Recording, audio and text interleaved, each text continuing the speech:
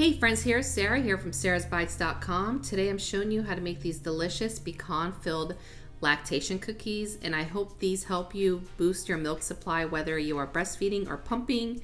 And if you can tell, I'm out of breath because I'm 9 months pregnant and I'm stocking up on these. So I will be freezing a few batches to prepare myself. To start with the recipe, grab a large mixing bowl, and to that add in half a cup of unsalted butter at room temperature so that it's easier to mix, and then a third cup of granulated sugar and a half a cup of brown sugar. And you're going to cream these together for about 2 minutes or so until it's nice and soft and all three of these ingredients are incorporated together. Then we're going to add in 2 room temperature eggs and mix for another 10 seconds or so.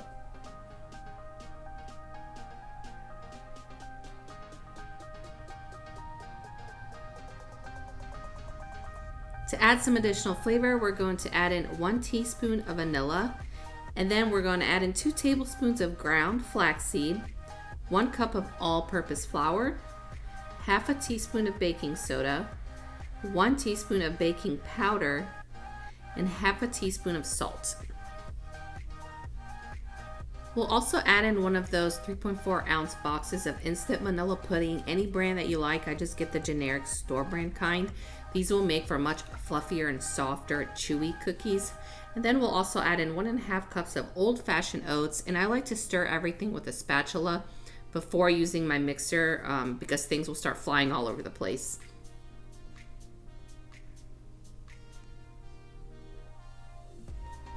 Then you can continue to mix your ingredients a few more seconds with your stand or hand mixer, or just continue using a spatula or spoon, whatever is easier for you. I like to throw in about 3/4 cup of milk chocolate chips. Feel free to use any chocolate chips that you like and even add more if you want. And then about a half a cup of chopped pecans, but you can use any other nuts as well. Hazelnuts are really good in these as well. Stir everything together and then grab your cookie sheet and some parchment paper. I like to use these pre-cut sheets of parchment paper, and I'll link them below. I get them on Amazon and they're pretty cheap. They're just easier for me than tearing off the big pieces of parchment paper and then getting the measurements correctly. And then I like to get a small cookie scoop. You can use a spoon or a larger cookie scoop, and if you do, I would just maybe bake the cookies for another minute or 2 longer. But I like to use a small one, and then I still go ahead and roll them and shape them, like squeeze them on the side and make them a little bit taller, if you will, instead of just a little ball, because that'll help when they're baking. They don't just sort of fall flat. And then I like to put the cookie sheet in the fridge with the cookies in there for about 10 minutes while I preheat my oven to 350 degrees. And you can of course use all of this cookie dough at once, but I like to freeze mine for when I do run out. I just double wrap it with cling wrap, and then I put in a Ziploc bag and date it.